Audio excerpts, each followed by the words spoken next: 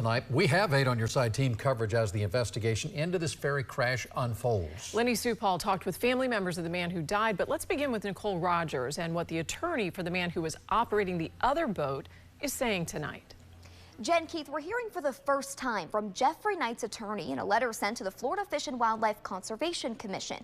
This letter goes into detail about what happened after the crash, but makes little mention about the events leading up to the collision.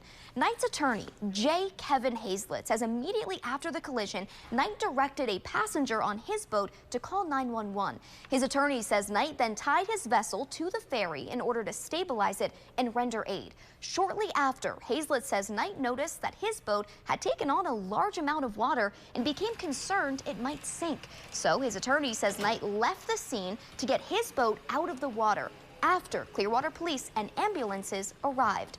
The letter read in part, quote, "The uncontested facts show that Mr. Knight acted in full compliance with Florida law, rendered meaningful assistance to the ferry and its passengers, was sober and cooperative throughout, and departed the scene only after rescue efforts were underway."